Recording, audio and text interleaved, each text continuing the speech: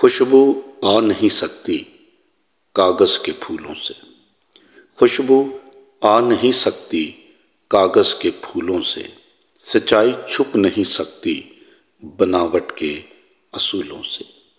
سچائی ایک ایسی طاقتور حقیقت کا نام ہے جو ہر حال میں اپنا آپ منوا لیتی ہے، چاہے اس کو دبانے کے لیے جتنے مرضی ظلم اٹھائے جائیں اور اس کو چھپانے کے لیے اعتراضات اور الزامات کی جتنی مرضی چادریں چڑھا دی جائیں، ایک وقت آنے پر یہ چٹانوں کے سینوں کو چیر کر نکل آتی ہے، اب پتھروں کی زبان بن کر بولنا شروع کر دیتی ہے۔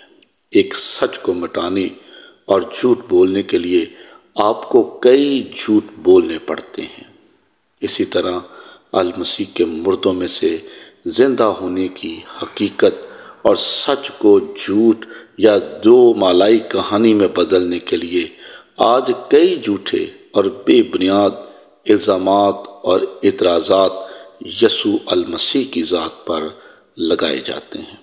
آئیں آج کے اس پہلے اعتراض پر غور کریں جو المسیح کے جی اٹھنے پر لگایا جاتا ہے۔ اس اعتراض کا ذکر متی کی انجیل اس کے 28ویں باب کی 11ویں آیت سے 15ویں آیت میں ہمیں ملتا ہے۔ یہ اعتراض ہے کہ آپ کے شاگرد ان کی لاش کو چرا کر لے گئے اور بعد میں یہ مشہور کر دیا کہ خداوند یسوع المسیح زندہ ہو گئے ہیں۔ جو ہی پہرے داروں کو ہوش آیا، کلام میں لکھا ہے ان میں سے بعض نے بے شرم بن کر جا کر سارے کا سارا ماجرا سردار کاہنوں سے بیان کیا کہ ہم اپنے مقصد میں ناکام رہے ہیں اور قبر بالکل خالی ہے۔ یہ تصور کرنا کچھ مشکل نہیں کہ ان مذہبی لیڈروں کو کیسا اضطراب ہوا ہوگا۔ انہوں نے بزرگوں کے ساتھ ایک خفیہ اجلاس کیا تاکہ کوئی لائحہ عمل تیار کرے۔ اب وہ دیوانے اور پاگل ہو رہے تھے۔ انہوں نے سپاہیوں کو بھاری رشوت دی کہ یہ ناقابل یقین کہانی بیان کریں کہ ہم سو رہے تھے اور اس کے شاگرد آ کر اسے چرا لے گئے۔ پہرے دار سو کیوں رہے تھے جبکہ ان کو تو چوکنا ہونا چاہیے تھا؟ شاگرد ان کو جگائے بغیر پتھر کو کس طرح لڑکھا سکتے تھے؟ سارے سپاہی ایک ساتھ کیسے سو گئے؟ اگر سو ہی گئے تھے تو ان کو کیسے پتا چلا کہ لاش شاگردوں نے چرائی ہے؟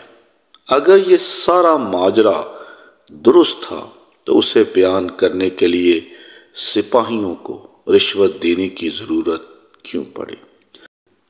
یہ بات بڑی قابل غور ہے کہ اگر شاگردوں نے لاش چرائی تھی تو وہ کفن اور سر کا رومال اتارنے میں وقت کیوں صرف کر رہے تھے؟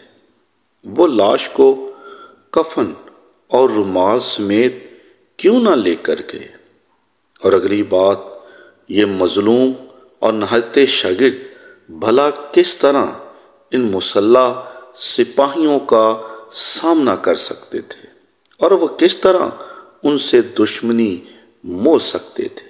یہ تو خود ڈرے اور سہمے ہوئے تھے، اور کلام کے اندر لکھا ہے کہ انہوں نے ڈر اور خوف کے مارے خود کو کمروں کے اندر بند کر رکھا تھا، جہاں تک کہ دروازے اور کھڑکیاں بھی بند تھے۔ تو پھر یہ مظلوم اور نہتے شاگرد بھلا کس طرح خداوند یسوع المسیح کی لاش کو چرا سکتے تھے؟ دراصل سپاہیوں کو ایسی کہانی سنانے کے لیے رشوت دی گئی تھی اور خود انہی کو یہ بات مجرم ٹھہراتی تھی۔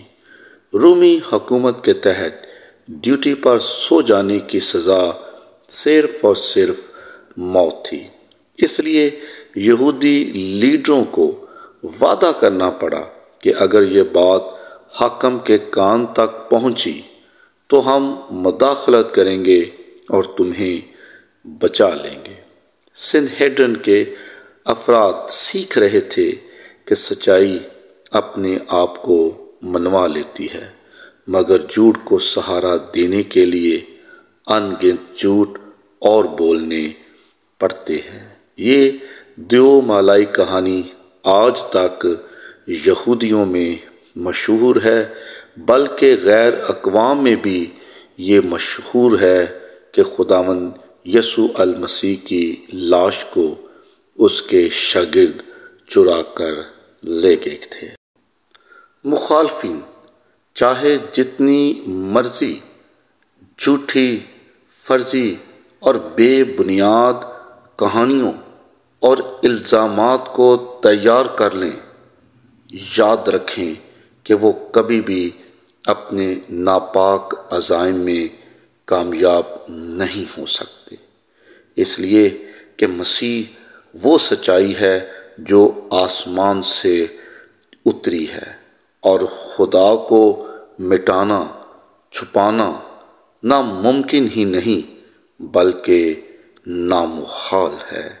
خدا ہمیں اس سچائی پر ہمیشہ قائم رہنے کا بھاری فضل عطا کرے کہ یسوع المسیح خدا کی حقیقی سچائی ہے۔